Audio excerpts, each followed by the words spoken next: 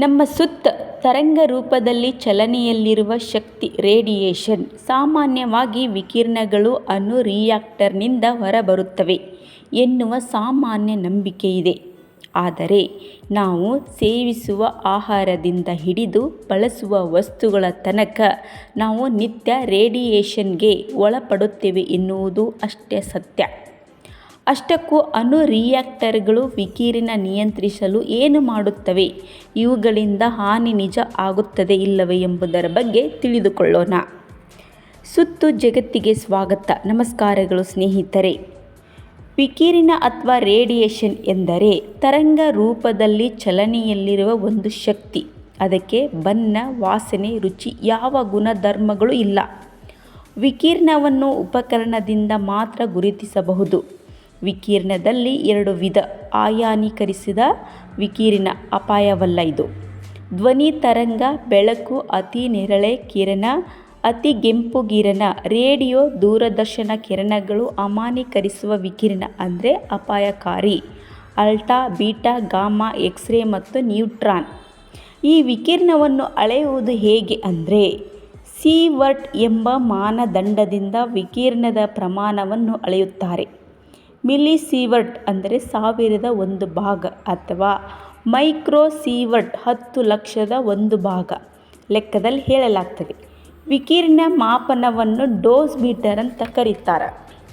ನಮ್ಮೊಳಗೆ ವಿಕಿರಣ ಸೇರಿಕೊಳ್ಳುವುದು ಯಾವ ರೀತಿ ಅಂದರೆ ನಾವು ದಿನ ಸೇವಿಸುವ ಗಾಳಿ, ಅನುಭವಿಸುವ ಸೂರ್ಯನ ಬೆಳಕು, ಆಹಾರ, ಮನೆ ಇವೆಲ್ಲವೂ ನಮ್ಮನ್ನು ವಿಕಿರಣಕ್ಕೆ ಒಳಪಡಿಸುವ ಪ್ರಾಥಮಿಕ ವಲಯಗಳು. ನಂತರ ಮಾನವ ನಿರ್ಮಿತ ವ್ಯವಸ್ಥೆಯಿಂದ ಮನುಷ್ಯರಿಗೆ ವಿಕಿರಣಗಳು ತಗುಲುತ್ತವೆ. ಈ ರೀತಿಯ ನೈಸರ್ಗಿಕ ಮೂಲಗಳಿಂದ ವಾರ್ಷಿಕವಾಗಿ 2400 ಮೈಕ್ರೋಸೀವರ್ಟ್ ವಿಕಿರಣ ಮನುಷ್ಯನಿಗೆ ತಗುಲುತ್ತದೆ. ಇದರಿಂದ ನಮಗೆ ಏನೂ ಆಗುವುದಿಲ್ಲ. ಇದರಲ್ಲಿ 87% ವಿಕಿರಣ ನಿಸರ್ಗದತ್ತವಾಗಿದೆ. 13% ವಿಕಿರಣ ಚಿಕಿತ್ಸಾ ವಿಧಾನ, ಔದ್ಯೋಗಿಕ ಹೀಗೆ ಮಾನವ ನಿರ್ಮಿತ ಕಾರಣದಿಂದ ಉಂಟಾಗುತ್ತದೆ. ಎಕ್ಸ್ರೇ ಮುಂತಾದ ವೈದ್ಯಕೀಯ ಚಿಕಿತ್ಸೆಯಲ್ಲಿ ವಿಕಿರಣವನ್ನೇ ಬಳಸಲಾಗುತ್ತದೆ. ನಾವು ವಿಕಿರಣಕ್ಕೆ ಮೈ ಒಡ್ಡುತ್ತೇವೆ. ಹಾಗಾದರೆ ವಿಕಿರಣ ಯಾವಾಗ ಅಪಾಯಕಾರಿಯಾಗುತ್ತದೆ? ಅದೇ ಎದುರಿಗಿರುವ ಎಲ್ಲರಿಗೂ ಪ್ರಶ್ನೆಯಾಗಿದೆ. ನಮ್ಮ ಸುತ್ತಮುತ್ತ ರೇಡಿಯೇಷನ್ ಎಲ್ಲಿದೆ ಅಂದರೆ ಮಣ್ಣು, ಶಿಲೆಗಳಿಂದ ಬಿಡುಗಡೆಗೊಳ್ಳುವ ರೇಡಾನ್ ಮತ್ತು ತೋರಾನ್ ವಿಕಿರಣಶೀಲ ಅನಿಲಗಳಿಂದ ಮಾನವನಿಗೆ ಆಯಾ ಪ್ರದೇಶದಿಂದ ವಾರ್ಷಿಕವಾಗಿ ವಿಕಿರಣ ತಗುಲುತ್ತದೆ. ಅದರ ಪ್ರಮಾಣವು ನೈಸರ್ಗಿಕ ಡೋಸ್ನ 54%. ಭೂಮಿಯ ಹೊರಗಿನ ವಾತಾವರಣವು ಕಾಸ್ಮಿಕ್ ಕಿರಣಗಳ ಹೊಡೆತಕ್ಕೆ ಒಳಗಾಗುತ್ತಿರುತ್ತದೆ. ಇದರ ಪ್ರಮಾಣ 16%. ಇದು ಸಮುದ್ರ ಮಟ್ಟದಲ್ಲಿ ಕನಿಷ್ಠವಾಗಿದ್ದು ಎತ್ತರ ಪ್ರದೇಶದಲ್ಲಿ ಗರಿಷ್ಠವಾಗಿದೆ. 3 ಗಂಟೆ ವಿಮಾನದಲ್ಲಿ ಪ್ರಯಾಣಿಸುವುದರಿಂದ 10 ಮೈಕ್ರೋಸೀವರ್ಟ್ ವಿಕಿರಣ ಗೆಲ್ಲುತ್ತದೆ. ಭೂಮಿ ಮೇಲಿನ ಯುರೇನಿಯಂ ನಿಕ್ಷೇಪಗಳು, ಪೊಟ್ಯಾಸಿಯಂ ಮತ್ತು ನೈಸರ್ಗಿಕ ನಶಿಸುವಿಕೆ ಪ್ರಕ್ರಿಯೆಯಿಂದ ನಾವು ಕಟ್ಟಡ ನಿರ್ಮಾಣಕ್ಕೆ ಬಳಸುವ ಸಿಮೆಂಟ್, ಇಟ್ಟಿಗೆ, ಕಲ್ಲು, ಮರಳು, ಗ್ರಾನೈಟ್, ಮಣ್ಣು, ಜಿಪ್ಸಮ್, ಕಲ್ಲು ಪುಡಿಯಂಥ ವಸ್ತುಗಳಲ್ಲಿ ವಿಕಿರಣ ಇರುತ್ತದೆ. ಇದು ನೈಸರ್ಗಿಕ ಡೋಸ್ನ 20%.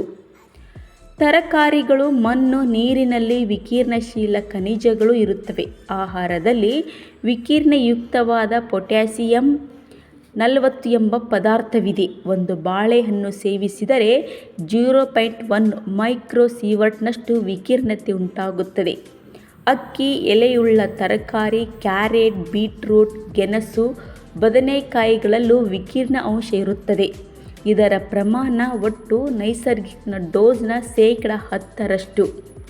ವಿಕಿರಣವು ಎಷ್ಟು ಮಾರಕವಾಗಿದೆ ಅಂದರೆ ಕೆಲವು ಪ್ರಯೋಗಗಳಿಂದ ತಿಳಿದುಬಂದ ಮಾಹಿತಿ ಪ್ರಕಾರ ವಿಕಿರಣ ಮಟ್ಟ 10,00,000 ಮಿಲಿಸೀವರ್ಟ್ ಇದ್ದರೆ ಅದು ಮಾರಣಾಂತಿಕ.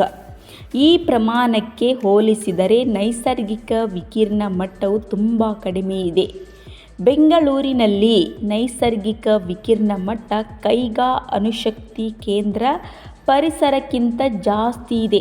ಆದರೂ ಮಾರಣಾಂತಿಕ ಪ್ರಮಾಣಕ್ಕಿಂತ ಕಡಿಮೆ ಇದೆ. ಒಬ್ಬ ವ್ಯಕ್ತಿ ಕೈಗಾ ಅಣುಸ್ಥಾವರದ ಗಡಿಯಲ್ಲಿ 1 ವರ್ಷ ವಾಸ ಮಾಡಿದರೆ 10 ಮೈಕ್ರೋಸೀವರ್ಟ್ ಹೆಚ್ಚು ವಿಕಿರಣ ತಗುಲುತ್ತದೆ. ಕೈಗಾ ಬಿಟ್ಟು ಬೆಂಗಳೂರಿನಲ್ಲಿ 1 ವರ್ಷ ವಾಸವಿದ್ದರೆ ಅವನಿಗೆ ಕಾಸ್ಮಿಕ್ ಕಿರಣಗಳಿಂದ ಉಂಟಾಗುವ ಪ್ರಮಾಣ 579 ಮೈಕ್ರೋಸೀವರ್ಟ್ ಹೆಚ್ಚಾಗುತ್ತದೆ. ಬೆಂಗಳೂರಿನಲ್ಲಿ ಎಲ್ಲ ರೀತಿಯ ಚಟುವಟಿಕೆ ಇರುವುದರಿಂದ ನೈಸರ್ಗಿಕ ವಿಕಿರಣ ಪ್ರಮಾಣ ಅಧಿಕವಾಗಿದೆ.